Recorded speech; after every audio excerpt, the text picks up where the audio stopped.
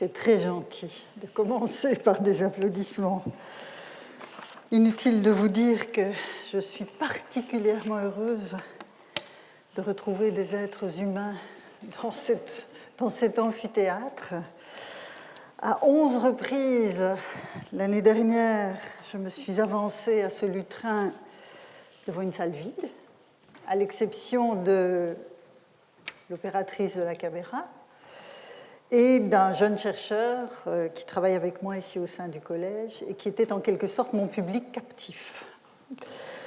C'est peu dire que je me suis sentie seule et au sentiment d'une absence s'ajoutait la nécessité de s'abstraire du vide et la volonté de mettre le plus rapidement possible à la disposition des auditeurs sur le site du collège les capsules vidéo, puisque c'est la manière dont le collège avait choisi d'affronter en quelque sorte les circonstances particulières qui nous étaient imposées en maintenant une sorte de service à la communauté. Et si vous avez pris la peine de me suivre à distance, vous avez dû sans doute vous sentir bien seul vous aussi, mais reconnaissons quand même globalement que la contrainte était minime par rapport aux difficultés multiples que cette pandémie a suscitées pour tant de secteurs d'activité et nombre de nos contemporains. Donc nous avions quand même la possibilité de rester en contact, fût-ce à distance. Alors en ce qui concerne le contenu de mes cours, j'ai entamé l'an dernier une série de leçons sur la norme religieuse et les questions d'autorité. Et c'est le deuxième volet de cette thématique qui va nourrir le propos des cours de cette année. Alors, je dois faire le pari que vous aurez pris connaissance des cours de l'an dernier et que vous aurez eu la possibilité de vous familiariser avec le thème qui va se poursuivre. Mais même si ce pari est fondé, et j'espère qu'il l'est, je ne vais pas vous précipiter au milieu du gué sans précaution, et j'ai conçu cette première leçon de l'année comme une sorte de sas de décompression, si l'on peut dire, après des mois hors normes, sans jeu de mots, ce qui nous permettra de prendre pied dans la thématique du cours. Et avant de brosser le tableau des questions que j'ai déjà posées, de certains éléments qui sont déjà acquis, je vous informe que le cours du jeudi sera assorti cette année de séminaires qui en compléteront et en approfondiront certains points. Ce programme était prévu l'an dernier, mais je n'ai pas, je le reconnais, voulu ajouter des webinaires, puisque c'est comme cela qu'on dit désormais, aux vidéos de mes cours. Je trouvais que ça faisait beaucoup de présentations à distance.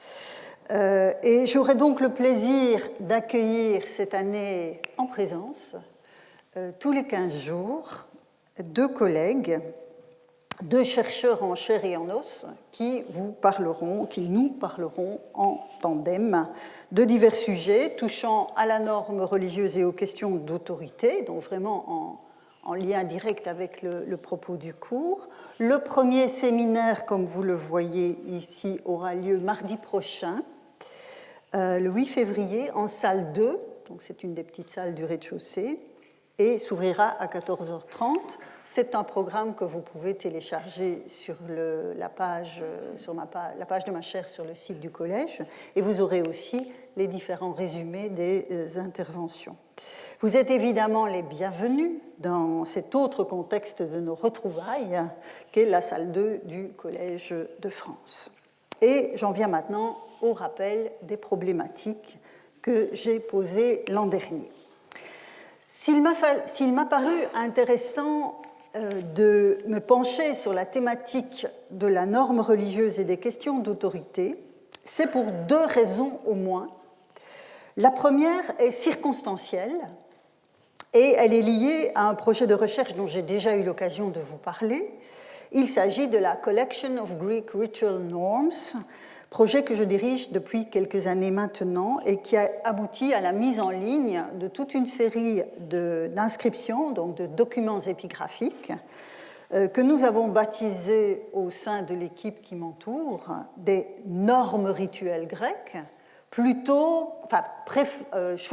privilégiant cette appellation de normes rituelles à celle de loi sacrée qui avait prévalu depuis la fin du XIXe siècle pour désigner ce type de document. Alors évidemment, choisir de parler de normes plutôt que de lois a fortiori sacrées n'est pas anodin et m'a tout naturellement mené à m'interroger sur la portée même de ces différentes notions et sur leur pertinence pour saisir des données grecques. En outre, les instances d'autorité qui ont produit ce type de documents sont extrêmement variées. Et ce constat invite à mêler étroitement l'interrogation sur la norme elle-même, la norme, les normes, et le questionnement sur les vecteurs des décisions qui sont portées par ces documents. Donc ça, c'est la raison un peu circonstancielle. C'est cette interrogation sur la question de la norme et de l'autorité dans le cadre de la production de ce type de documents. La seconde raison de me saisir de ce sujet n'est plus conjoncturelle, mais structurelle. Et elle tient à la position même de l'Antiquité grecque dans la réflexion sur le passé et sur le présent dans notre société. Je m'explique. La Grèce antique conserve, vous le savez, une place particulière dans la réflexion sur l'identité de l'Europe, plus ou moins fantasmée selon les milieux qui se saisissent de cette problématique. J'ai déjà eu l'occasion d'évoquer et de soulever ce thème plusieurs fois. Conçue comme le creuset de la rationalité occidentale, la Grèce semble résonner en nous, et pas seulement dans l'usage d'un vocabulaire hérité. Toutefois, dès qu'il s'agit de religion, la résonance s'interrompt.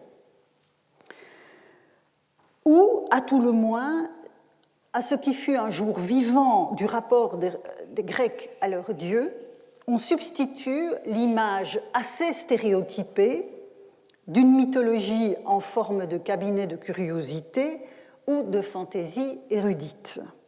Mais ce n'est pas tout.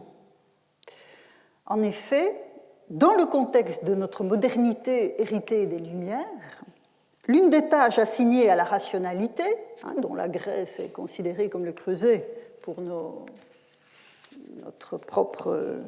dans notre propre passé, donc l'une des tâches assignées à cette rationalité, de façon plus ou moins explicite selon les contextes, est de pourfendre l'irrationalité de toute religion et de rendre à l'homme la pleine maîtrise de son destin.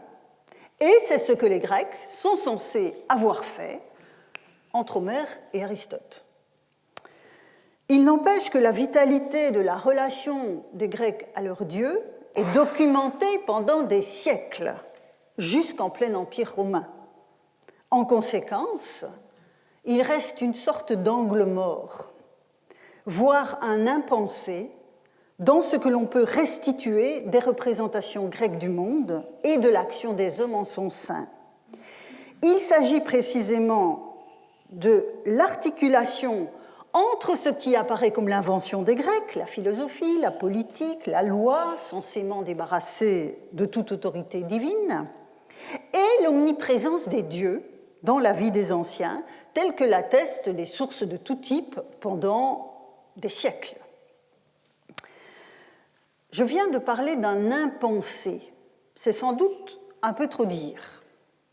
Il s'agit davantage d'un mal-pensé, au moyen de catégories d'analyse qu'il convient d'interroger et de remettre en cause. Ainsi, par exemple, le schéma explicatif le plus commun pour rendre compte de ce que j'ai appelé l'an dernier le paradoxe grec, justement, donc paradoxe parce qu'on a ce creuset de la rationalité et puis cette omniprésence de la relation des Grecs à leur Dieu. Donc, le schéma explicatif le plus commun pour rendre compte de ce paradoxe est de dissocier, donc dans l'analyse, est de dissocier au sein même de la société grecque les savants et le commun.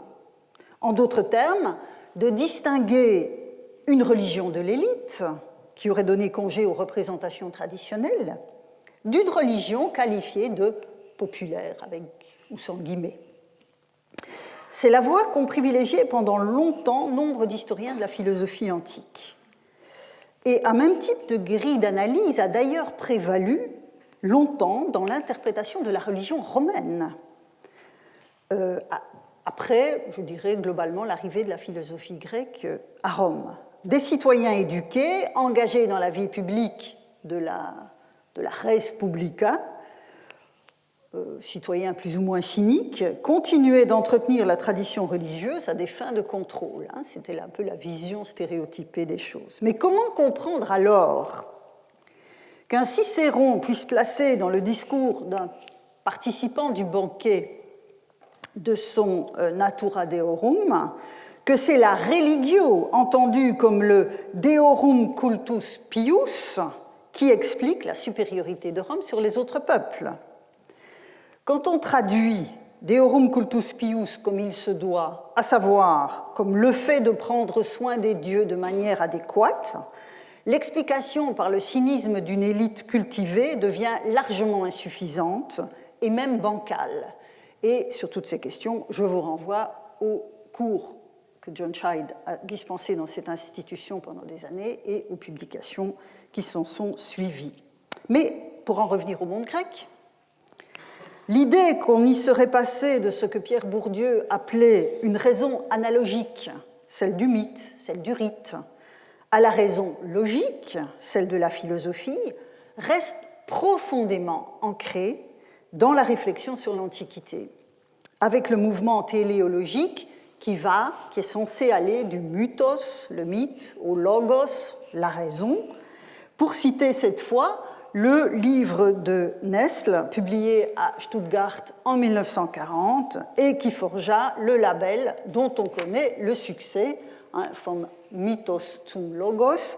Et pour un aperçu critique de cette question, je vous renvoie au collectif dirigé par Buxton au début des années 2000, qui se saisissait précisément de ce problème. Dans les décennies suivantes, donc après le livre de Nestle, l'idée d'un processus de laïcisation de la pensée en Grèce fait son chemin, et j'ai choisi l'an dernier, pour montrer la prégnance du modèle, l'exemple des origines de la pensée grecque de Jean-Pierre Vernant et des maîtres de vérité dans la Grèce archaïque de Marcel de Tienne, précisément parce que ces deux chercheurs sont peu suspects d'avoir donné congé aux dieux et que leurs travaux respectifs et communs, conjoints, font partie des études fondamentales sur le polythéisme grec. Comme je l'ai rappelé, donc l'année dernière, le premier, Vernant, faisait de la raison grecque la fille de la cité. Donc il soulignait la géométrisation de la pensée perceptible dans les cosmologies présocratiques et l'émergence d'une raison politique centrée sur l'homme et créant l'horizon d'attente de la démocratie. Le deuxième, de Tienne, mettait quant à lui l'accent sur la laïcisation de la parole, désormais fondée sur un dialogue et non plus nécessairement sur une posture d'autorité de celui qui détenait cette parole, et, je le cite, l'institution dans la pratique juridique et politique de deux thèses, de deux parties entre lesquelles le choix était inévitable. Donc pour ces deux savants, la question de la laïcisation, fût-ce avec des guillemets, était bien perceptible à la période archaïque. Après ces travaux qui, pour l'un comme pour l'autre, ont pris place dans leur parcours, dans leur parcours de recherche en début ou au milieu de leur carrière, ces deux savants donc ont contribué mieux que quiconque, par ailleurs, à affiner l'étude de la religion grecque, mais sans repenser le lien éventuel entre fonctionnement du polythéisme à la grecque et rationalité à la grecque. J'avais également, donc l'an dernier, j'ai également convoqué les travaux de Geoffrey Lloyd, qui, par le biais cette fois d'une analyse des traités médicaux du corpus hippocratique, assumait le point de vue de Vernon sur les changements sociopolitiques du monde grec à la période archaïque. Donc, la naissance de la cité, pour le dire selon une formule ramassée, pour comprendre le point de bascule entre le discours des magoi, les mages, les magiciens, les purificateurs et autres personnages itinérants d'un côté, et la pensée rationnelle de l'autre. Donc, dans le cadre de cette analyse par Lloyd du corpus médical, il faisait en quelque sorte le même diagnostic. Je poursuis mon rappel. Ce processus a été qualifié par l'historien allemand Christian Mayer d'émergence d'une intelligence autonome parmi les Grecs. En effet, comme vous le voyez dans le premier ouvrage qui est mentionné sur la diapositive, donc son ouvrage sur la naissance du politique, il renvoyait dans cette réflexion, dos à dos, l'argument de la cité comme fille de la raison et celui de la raison comme fille de la cité, c'est-à-dire, je dirais, l'analyse francophone de ces questions. Et il les renvoyait dos à dos en introduisant un troisième terme, à savoir l'histoire grecque elle-même, des débuts du premier millénaire avant notre ère, après la chute du système palatial mycénien, ou de petites sociétés du face-à-face, ce qui allait devenir les poleis, les cités, ne connaissaient plus de royauté surplombante et restaient à l'écart des grands empires du temps qui se trouvaient plutôt du côté du Levant. Et Mayer, dans un article de 1986, posait en passant la question de savoir, et je cite la partie en grâce à l'écran, la question de savoir si la relation entre la religion et les Lumières chez les Grecs n'était pas fondamentalement différente de celle qui existe dans l'Europe chrétienne moderne. Et je pense que c'est effectivement la question, la bonne question à poser, une fois que la notion même de lumière à la grecque est prise pour ce qu'elle est, à savoir une simple analogie à soumettre, elle aussi, à la question. Donc, panorama de différentes orientations, brièvement résumées. Dès lors, avais-je questionné l'an dernier, que devient la problématique de la politique et de la loi, de l'autorité et de la norme, si l'on se place non plus du point de vue d'une prétendue laïcisation, mais du point de vue du polythéisme tel qu'il se donne à connaître et des représentations du monde qui le caractérisent. Ce déplacement de point de vue auquel je vous invitais impose de renoncer à toute définition de la religion grecque qui se limite à énumérer des propositions négatives par rapport aux religions révélées à vocation universelle. Je pense qu'il faut suspendre la tendance à définir la religion grecque par ce qu'elle n'est pas ou ce qu'elle n'a pas, et la liste est connue, on n'a pas de fondateur historiquement déterminé, il n'y a pas de révélation, il n'y a pas d'écriture sacrée, il n'y a pas de dogme, il n'y a pas de clergé unifié. Mais tout cela, ce sont des définitions par défaut. Et ces définitions par défaut ont assurément une vocation, ou plutôt une vertu pédagogique, indéniable.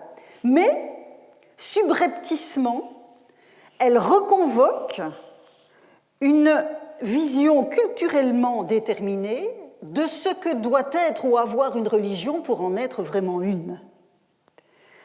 Ce type de définition renoue dès lors implicitement avec la vision téléologique qui voit dans l'émergence des religions révélées à vocation universelle le fruit d'un progrès de l'humanité en regard des religions primitives ou premières. J'ai donné quelques exemples de cette vision des choses l'an dernier, je ne vais pas y revenir, je vous renvoie au premier cours de l'an dernier. Mais changer de point de vue, puisque c'est cela que je revendique, impose aussi de ne pas projeter sur la culture grecque des processus qui sont en fait inhérents à nos sociétés occidentales contemporaines, comme précisément la notion même de laïcisation entendu comme, je reprends une définition banale de la laïcisation, la dissociation du champ politique comme instance de pouvoir et du champ religieux comme instance d'autorité. La sécularisation, autre terme qui est parfois utilisé, est quant à elle entendue comme une forme de rationalisation de la religion. Le problème, c'est que l'un et l'autre terme sont inadéquats quand on veut comprendre ce qui se passe en Grèce à la période archaïque. Dès lors, plutôt que d'associer la raison grecque au reflux d'une irrationalité qui serait le propre de toute religion, il convient d'interroger la place des puissances divines, des représentations du monde qui s'y attachent et des pratiques qu'elles induisent dans la structuration de la norme et de l'autorité dans les cités. Vous voyez, une approche en positif et plus en négatif, ou en termes de processus qui sont les nôtres, et pas forcément ceux des anciens. Le cours de l'année dernière a entamé la réflexion sur ce thème par le biais d'une étude du vocabulaire de la sacralité et de la norme dans la poésie archaïque. Donc, je me suis fondée essentiellement sur le lexique, qui me semble être un fil rouge particulièrement efficace quand on veut travailler sur les représentations du monde de ceux qui parlent la langue en question. Et je vais poursuivre cette investigation lexicale au cours de la première série de leçons de cette année, pour quitter ensuite l'étude du vocabulaire comme tel et affronter certains types de documents prescriptifs en interrogeant les sources de leur autorité. Donc voilà un peu le menu. On va poursuivre la piste des mots. Et puis, on en viendra aux questions de la documentation elle-même, ces fameuses normes rituelles que j'évoquais en commençant.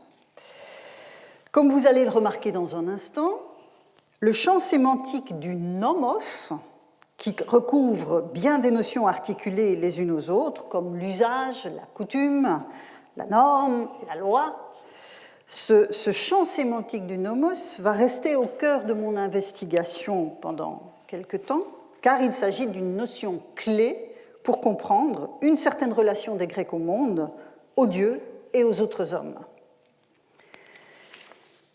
Lors de la 9e leçon de l'année dernière, intitulée, comme vous le voyez, Les entrelacs de Thesmos et de Nomos d'Homère à Solon, j'avais esquissé les premiers emplois des mots formés sur la racine du verbe nemo, donc dont dépend nomos.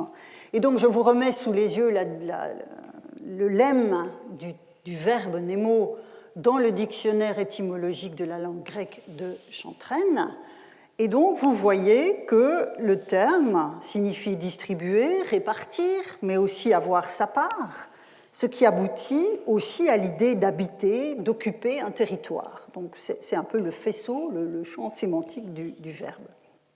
On ne trouve pas, je l'avais dit l'année dernière, le substantif nomos dans la poésie homérique, même si le verbe nemo, lui, est présent, est bien présent même. En revanche, on trouve une occurrence d'un mot formé sur la même racine, à savoir eunomia. J'ai déjà présenté ce texte l'année dernière, mais je le reprends afin d'en approfondir l'approche. Je reprends donc ce passage de l'Odyssée, je vous en donne le contexte. Antinoos, l'un des prétendants, a maltraité en acte et en parole Ulysse qui à ce moment-là est déguisé en mendiant, et Antinoos se fait apostropher par l'un de ses compagnons, car tous sont choqués, indignés par son comportement à l'égard du mendiant. Et donc, il vient de parler à Ulysse qu'il n'a évidemment pas reconnu. Nous sommes donc au chant 17, vers 481-487, et, nous dit le poète, ainsi parla-t-il, donc c'est Antinoos, et tous exprimèrent violemment leur indignation. Et voici qu'un de ces jeunes arrogants l'interpelle. « Antinoos, ce n'est pas beau, tu as frappé un pauvre hère, maudit. Si c'était quelque dieu du ciel, semblable à des étrangers venus de loin, les dieux adoptent toutes sortes d'apparences et vont de par les cités. Observez, la démesure, c'est la traduction que je donne du terme hubris, et la démesure des humains et leur eunomia. Je ne traduis pas pour le moment, je vais y revenir. J'avais en tout cas l'année dernière, et je vais encore soutenir cette position-là tout de suite, j'avais repoussé l'idée que nomia pourrait se lire ici comme une référence à la bonne législation, puisqu'évidemment nomos, à partir du 5e siècle, notamment la deuxième moitié du 5e siècle, peut signifier la loi, ce qui est vraiment la décision qui est édictée par une autorité pour toute la communauté. La tentation serait de rétroprojeter ce sens de nomos et de considérer que nomia serait, dès ce passage de l'Odyssée, une référence à la bonne législation. Je pense que c'est largement anachronique. Largement anachronique, et j'ajouterai un élément de contexte afin de conforter ce point de vue. En effet, et complexifier le tableau, la démarche de mendier parmi les prétendants a été inspirée à Ulysse par Athéna. Donc c'est Athéna qui a dit à Ulysse « va mendier parmi les prétendants », et voilà la raison. La raison donc se trouve au même champ, un peu avant. Nous, dit le poète, les prétendants menaient grand bruit dans la grande salle. Athéna vint alors dire au fils de Laërte de mendier les croûtes auprès des prétendants pour connaître, alors je ne traduis pas pour le moment, les enaïsimoi et les athémistoi, mais aucun ne devait échapper à la mort. Alors, l'année dernière, j'avais analysé certaines occurrences de l'adjectif athémistos, que vous avez ici dans le texte, pour discerner les spécificités de la notion de thémis. J'ai beaucoup creusé ce sillon-là l'année dernière, et si vous m'avez suivi, vous vous souviendrez que dans l'Odyssée, les cyclopes, ces monstres anthropophages, incarnés par Polyphème, apparaissaient comme les athémistoi par excellence. Et le poète justifiait cette appellation du fait qu'ils n'avaient aucune assemblée délibérative, ni pratique de la justice, et qu'ils étaient remplis d'hubris. On retrouve cette notion de démesure que nous venons de voir précédemment. Sont ainsi qualifiés donc les êtres violents. Les athémistoi, ce sont les êtres violents qui ont perdu le sens de la mesure ou ne l'ont jamais eu. En outre, nous avions précisé ce point, en constatant que l'athémistos était en quelque sorte un être dépourvu de conscience sociale. Si on doit dessiner le profil global d'un être ainsi qualifié dans l'épopée, on est dans le registre de l'absence de conscience sociale. Donc, athémistos, nous l'avions vu l'année dernière. En revanche, enaïsimos, je n'ai pas encore eu l'occasion de le commenter, mais il s'impose dans mon propos d'aujourd'hui. En effet, derrière l'adjectif, on trouve le substantif aïssa, et puis vous voyez évidemment derrière athémistos, c'est thémis. On trouve aïssa qui, comme moira, dont j'ai déjà eu l'occasion de vous parler, moira signifie la part, le lot. Aïssa signifie aussi l'arrêt divin qui alloue la part en question. Donc vous avez à la fois l'action et l'origine du processus et son résultat.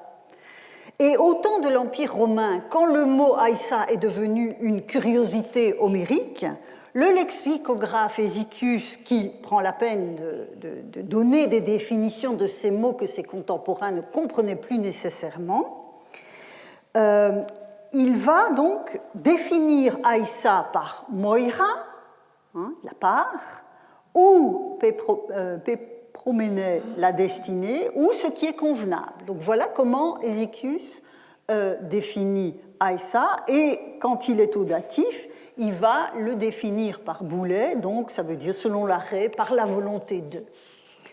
Et on retrouve aïssa dans cette expression un peu formulaire, dios aïssa, autre expression formulaire, dios boulet, avec chaque fois donc Zeus comme étant le détenteur de cette part ou de cette volonté qui est à l'œuvre notamment dans toute l'Iliade, qui revient de façon récurrente. Entre autres usages de l'adjectif enaïsimos, je reviens à ma diapo, On le trouve associé au cadeau adéquat dans telle circonstance. Un don enaisimos est donc un don convenable, approprié aux circonstances. Enaisimos peut aussi qualifier un signe divinatoire dans le sens où le signe en question montre ce qui doit advenir. Donc vous avez une notion d'adéquation à un référent qui se trouve derrière cet adjectif. Donc l'homme enaisimos du commandement d'Athéna à Ulysse est dès lors celui qui respecte l'aïssa. Il respecte ce qui convient, ce qui est attendu d'une situation, ce qui est dûment alloué, en opposition à l'athémistos.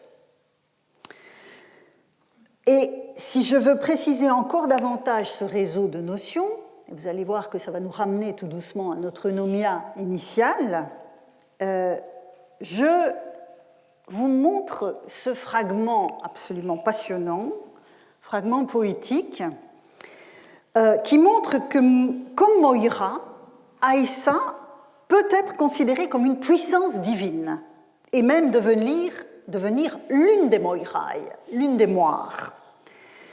Et c'est une telle généalogie que présente ce poème que je vais lire avec vous. Écoutez, donc c'est un poème anonyme, c'est un fragment qu'on n'a pas réussi à attribuer, mais qui est archaïque.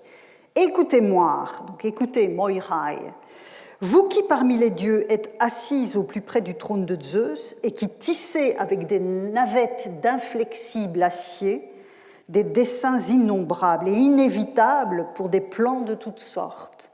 Et voilà le nom des Moïraï, Aïssa, Cloto et Lachésis, créatures aux beaux bras, filles de nuit, écoutez nos prières, vous, Ouraniennes et Chtoniennes, autres et redoutables puissances, envoyez-nous, Eunomia au sein de Rose, ainsi que ses sœurs aux robes resplendissantes, Dikée et Eirénée couronnées, faites que notre cité échappe au malheur qui l'accable.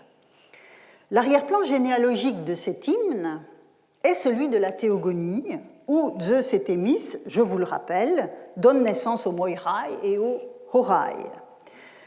Donc, vous avez les Horaï avec Eunomie, Dikée et Eirénée, qu'on retrouve dans le poème que je viens de vous montrer, et puis les Moïraï, où on a Cloto et Lachésis, très bien, on les a, et puis, ici, chez Hésiode, on a Atropos, tandis que dans l'hymne, on a Aïssa.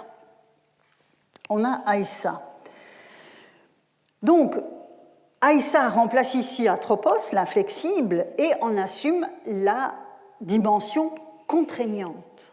Ce qui conforte, si vous voulez, cette interchangeabilité des figures des moires, conforte l'interprétation d'Aïssa comme figure contraignante. Les Moïraï sont priés dans ce poème, dans cet hymne, d'envoyer à la cité accablée de lourdes peines les Horaï, même si le terme n'est pas explicitement mentionné, leurs sœurs hésiodiques, si vous voulez, Eunomia, Dikée et Eirénée. Donc, en quelque sorte, nous sommes passés du comportement qu'on peut pressentir comme étant individuel qu'évoquait le chant 17 de l'Odyssée, dans la double opposition entre Enaisimoi, Athémistoi et Eunomia et Hubris. On a vraiment ce parallèle entre les passages du chant 17, à l'application des bienfaits de l'Eunomia, de la justice et de la paix à une cité tout entière. Cette ouverture de la réflexion que j'avais inaugurée l'année dernière avec la notion même d'Athémistos vers l'Enaisimos et l'Aïssa confirme, je pense, qu'à ce stade, l'eunomia n'est pas la bonne législation, mais bien le bon ordre, la bonne organisation fondée sur une répartition convenable au sens étymologique du terme, auquel je m'en tiens pour l'instant, puisqu'on a vu, Nemo, c'est répartir, allouer. Dans la deuxième partie de cette première leçon, je voudrais poursuivre encore un peu la réflexion sur les termes de la racine nem, qui est la racine de nomos, qui va m'occuper pendant plusieurs semaines. Racine de nomos et de nomia, forcément. En effet, on la retrouve aussi dans un terme que je n'ai pas encore abordé avec vous jusqu'ici, mais qui va nourrir la réflexion davantage, c'est celui de némésis. Némésis et les mots associés comme ici, vous voyez, je l'ai mis en grâce dans le passage où on avait Hubris et Eunomié, hein, où le prétendant disait « Attention, c'est peut-être un dieu qui vient observer les hommes », et l'indignation des prétendants était exprimée par le verbe « nemesao », qui est donc ici mis en évidence. Donc on voit là la némésis et les verbes associés sur lesquels je voudrais m'arrêter dans la deuxième partie de ce cours. Pour entamer cet excursus, je convoque cette fois l'œuvre d'Hésiode, comme je l'ai fait avec la généalogie de Zeus et de Thémis, mais il s'agit cette fois du poème « Les travaux et les jours », que vous connaissez bien puisque nous le fréquentons abondamment depuis que j'ai pris mes fonctions dans cette maison, et plus précisément le récit des 5 espèces humaines, hein, le génos d'or, le génos d'argent, le génos de bronze, le génos des héros, enfin, les héros et puis le génos de fer. J'ai déjà eu l'occasion de vous parler des daimones de l'âge d'or et l'âge des héros aussi, quand il y a 2 ans j'avais parlé précisément de la catégorisation du divin dont les héros font partie. Et aujourd'hui, c'est le génos de fer qui va me retenir, donc ce génos sidéréon du traité des travaux. Cette 5e espèce englobe, et le poète le dit, englobe le temps même du poète. Et ce temps du poète, ce génos de fer, ressemble en fait à s'y méprendre à la cité accablée de mots de l'hymne aux moires que nous venons de lire ensemble. Et j'ai mis quelques éléments du grec, mais je vais vous le paraphraser. Donc, Hésiode, quand il décrit cet âge du fer, dit qu'il y a encore quelques biens qui se mêlent aux mots. Hein, on voit ici, esla kakoisin, il y a encore quelques biens qui se mêlent aux mots, mais l'avenir sera pire. Les solidarités familiales vont se dissoudre, la guerre entre cités sera endémique, les serments ne seront plus respectés, ni ce qui est juste, ni ce qui est bien, hein, vous avez ici le dikaios et l'agathos.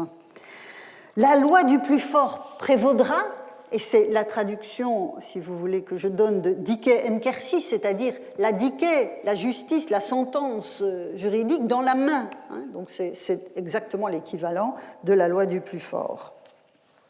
L'homme de l'excès et de l'injustice sera valorisé, dit Hésiode, il sera loué. L'envie et la jalousie poursuivront les humains sans relâche. Alors, conclut Hésiode, alors, quittant pour l'Olympe la terre aux larges routes, donc je suis au vers 197-199, quittant pour l'Olympe la terre aux larges routes, revêtant leur corps magnifique de voiles splendides, abandonnant les humains, rejoindront la tribu des immortels, Aïdos et Némésis. Il ne restera plus chez les humains mortels que les lugubres douleurs, le mal n'aura plus de remède. Quand j'ai brièvement évoqué ce passage en 2019, pour de toute autre raison que celles qui me retiennent aujourd'hui, j'avais traduit Aïdos et Némésis respectivement par retenue individuelle, pour Aïdos, la retenue. Dans des traductions un peu vieillies, vous trouverez la pudeur. Retenue individuelle, et Némésis, je l'avais traduit par réprobation collective. On l'a vu avec le verbe némesao au chant 17 de l'Odyssée, c'est cette indignation qui s'empare des prétendants en voyant la manière dont Antinoos traite le mendiant. À l'autorégulation des comportements individuels que l'on trouve avec Aïdos, essentiellement, est étroitement chevillé le contrôle social, qui est porté en quelque sorte par Némésis. C'est donc ce qu'exprimait, je viens de le rappeler, ce verbe au chant 17 de l'Odyssée. Alors, si l'on en revient, vous connaissez maintenant mes schémas généalogiques de la théogonie, si l'on en revient à ces généalogies hésiodiques, dont vous savez que je les trouve toujours pleines d'enseignements, pour comprendre comment une figure divine est représentée, Némésis, en tant que puissance divine, fait partie de la généalogie des enfants de la nuit, hein, tous ces enfants plus terribles les uns que les autres, que la nuit produit par parthénogénèse. Et donc cette généalogie des enfants de la nuit, je vous le rappelle, intègre dans le cosmos les éléments constitutifs de la condition humaine. Alors les points saillants de cette condition, c'est la vieillesse et la mort, bien sûr, c'est la distinction fondamentale que les Grecs opéraient entre les dieux immortels qui ne vieillissent pas et les hommes.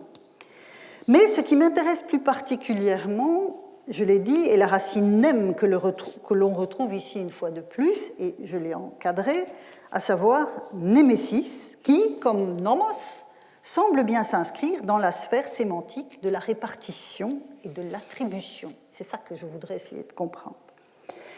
Deux éminents linguistes se sont penchés sur la question, sur la sémantique du terme némésis. D'un côté, Emmanuel Laroche, dans un ouvrage de 1949 sur l'histoire de la racine nem en grec ancien, et donc vous voyez Nemo, Némésis, Nomos, Nomizo dans le titre de l'ouvrage, et puis Benveniste, Émile Benveniste, dans son travail sur les noms d'agents et noms d'actions en indo-européen, qui a été publié en 1948, mais Benveniste avait pu prendre connaissance du travail de Laroche, qui était alors manuscrit, et il se positionne par rapport à lui. Donc même si les dates semblent rendre impossible la prise de connaissance du travail de Laroche par Benveniste, il se positionne par rapport à lui. Et je vous renvoie à des publications d'une jeune collègue italienne qui prépare un ouvrage sur Némésis et qui a publié quelques articles préliminaires. Alors, pour Laroche, le sens original de némésis serait l'action d'imputer à quelqu'un. L'action d'imputer à quelqu'un. Pour Benveniste, qui critique Laroche, némésis est également dérivé de némein, donc là il n'y a pas de problème, c'est la racine que nous cherchons, et signifie partager, faire une attribution régulière. Alors lui, il dit légal, mais le problème, c'est quand on dit légal, on a l'impression qu'on revient à la législation dont je vous disais que c'était un peu anachronique pour les premiers emplois de tous ces mots. Mais une attribution régulière, normée, si je puis utiliser une expression moins problématique que légale, conforme au rang des personnes ou aux convenances de la situation, dit encore Benveniste. En conséquence, il fait l'hypothèse d'un premier sens de némésis non attesté, comme le fait d'attribuer par une autorité. Le terme se fonde dès lors sur l'idée d'une juste répartition. Alors, Benveniste ne parle pas de l'eunomia, mais ce n'est pas son sujet, en l'occurrence. Mais c'est une notion similaire qu'il mobilise. Dès lors, et je le cite, némésis implique la notion collective d'une juste répartition, la notion collective d'une juste répartition a dû servir de mot d'ordre quand on avait à se plaindre d'une attribution injuste. On évoque la juste répartition dans une circonstance où cette répartition est enfreinte. D'où la notion de réprobation collective et d'indignation qui en vient à caractériser les usages du terme. Mais il m'intéresse de voir ce qui prévaut, si vous voulez, dans l'usage même de ce terme. Quand elle naît comme déesse dans la cohorte des enfants de la nuit, chez Hésiode, Némésis est qualifiée de fléau pour les humains mortels. Voilà le passage de la Théogonie, vers 217-224, qui remet l'émergence de Némésis en contexte, au-delà de mon petit schéma avec ces bulles bleues. Et donc, que nous dit le texte d'Hésiode ? J'ai sauté deux vers qui sont discutés, je n'ai pas le temps de m'y arrêter. Elle, donc la nuit, donna naissance au moire, comme au Caire, vengeresse impitoyable, à celle qui, des hommes et des dieux, poursuivent les transgressions, et jamais ces déesses-là ne mettent un terme à leur terrible colère avant d'avoir en retour fait don de leur vigilance mauvaise à l'auteur de la faute, quel qu'il soit. Elle enfantait aussi Némésis, fléau pour les humains mortels, la nuit pernicieuse. Donc, vous voyez le contexte. On a les Moirai, les Caires et Némésis dans un même ensemble généalogique associé directement à la nuit. Les moires, ce sont, on vient de le voir encore, avec l'hymne qui leur était destiné, ce fragment non attribué, Les moires, ce sont les parts, c'est-à-dire des instances d'assignation. Assignation des limites et des équilibres au sein de l'existence humaine. On parlera souvent de l'alternance des biens et des maux, ce sont des choses qu'on a vues précédemment. Donc, instance d'assignation des limites et des équilibres. Les quarts, ce sont les figures de la mort, qui sont des instances, elles, de sanction en cas de transgression. Et enfin, Némésis, je le disais, que je traduis par l'indignation collective, est une instance de contrôle liée aux assignations sociales et aux comportements qu'elles doivent induire. Donc, on a les puissances de la part, les puissances de mort et l'indignation qui offrent chaque fois un éclairage différent par le biais de l'attribution, de la punition et du contrôle, mais convergent en ce qu'il s'agit à chaque fois d'imposer des limites. C'est ça qui est important. Imposer des limites et, le cas échéant, d'en sanctionner la transgression. Alors, nous sommes évidemment ici dans un processus généalogique. C'est ça la thématique de la théogonie d'Hésiode. C'est le processus généalogique qui est signifiant, qui produit du sens. Et donc, il déploie et détaille des processus qui, ailleurs, peuvent se voir synthétisés par une seule figure divine. Je vous ai souvent parlé de cette capacité qu'avait le polythéisme grec de déployer un éventail ou de le réduire en fonction des contextes dans lesquels la performance s'inscrit. Et donc, la sanction qui est ici attribuée au cœur peut parfaitement incomber au moire ou à Némésis selon les contextes. Ainsi, Némésis est susceptible de punir le dépassement des limites inhérentes à toute répartition, parce qu'il ne faut pas oublier cette racine nem de la répartition. Donc c'est vraiment les limites en tant qu'elles assignent à chacun une place en fonction d'une répartition. Donc c'est fondamental et vous verrez que c'est quelque chose sur lequel je vais revenir de façon récurrente. Cependant, contrairement aux moires, qui apparaissent à la fois dans la théogonie en tant que filles de la nuit, c'est ici le passage, mais aussi, on l'a vu il y a un instant, en tant que fille de Zeus et de Thémis, Némésis, elle, n'est présente que parmi les enfants de la nuit. Donc, elle n'apparaît pas dans les instances de régulation que l'on retrouve à la fin de la théogonie, quand s'organise le règne de Zeus. Il faut dès lors prendre acte de ce que l'on peut concevoir comme un choix du poète, un choix conscient.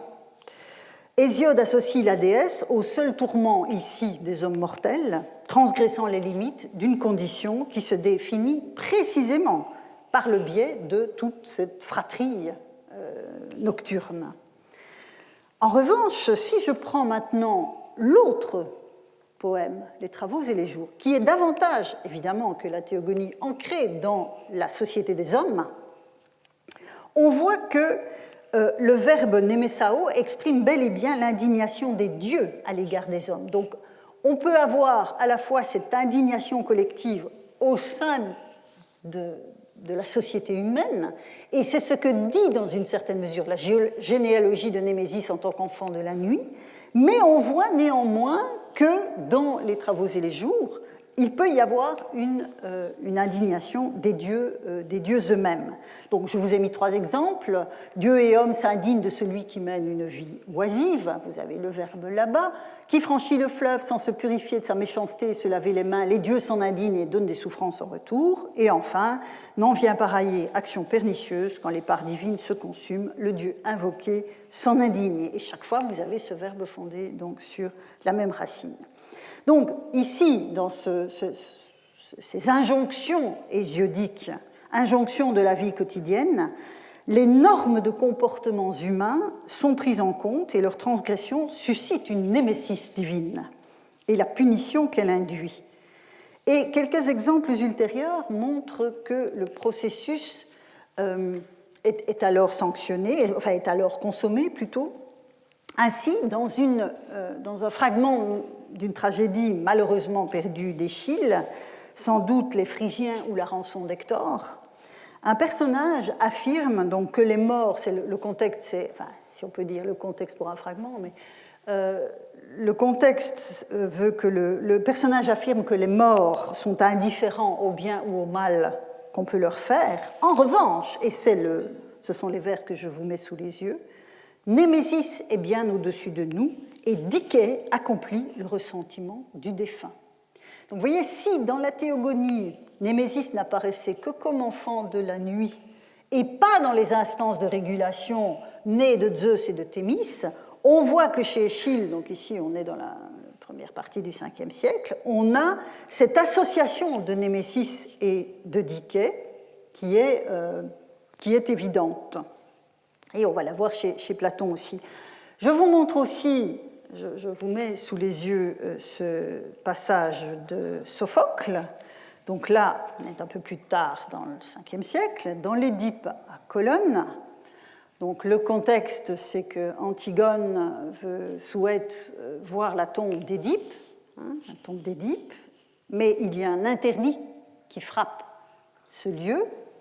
Et donc, elle se lamente, et donc Thésée, le roi d'Athènes, arrive et dit « Cessez ce chant funèbre, enfant, car il ne faut pas se lamenter sur ceux dont la faveur souterraine nous est réservée. » Il fait référence à Édipe, puisque il était clair que l'endroit où Édipe serait enterré recevrait sa faveur post-mortem. Donc, c'est pour cela que Thésée dit à ses filles qui se lamentent sur sa mort « Cessez ce chant funèbre, il ne faut pas se lamenter sur ceux dont la faveur souterraine nous est réservée, ce serait indigne. » Vous voyez ici Némésiscar. Et vous avez donc cette notion de Némésis.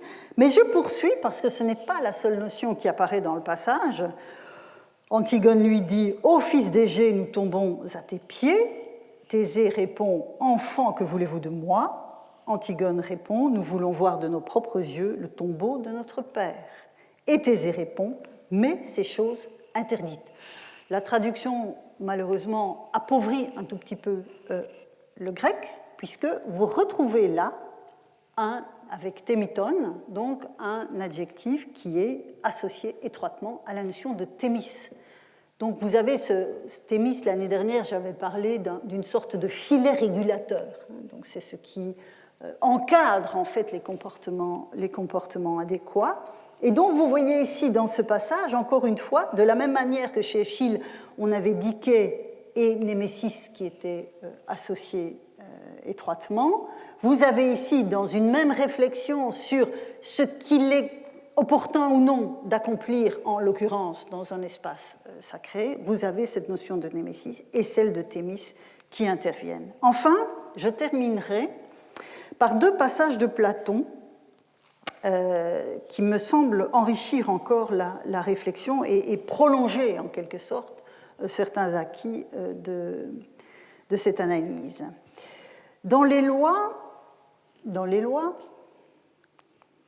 pardon, je suis allée trop vite, dans les lois, Platon va évoquer, donc je vous donne le contexte, Platon va évoquer la hiérarchie des honneurs, ces fameuses timailles, qu'il convient de réserver d'abord aux dieux d'en haut, puis aux dieux d'en bas, ensuite aux daimonos, nous avons vu cela l'année où je vous ai beaucoup parlé de daimonos, aux héros, aux dieux de la famille, et puis on aurait aussi son père et sa mère.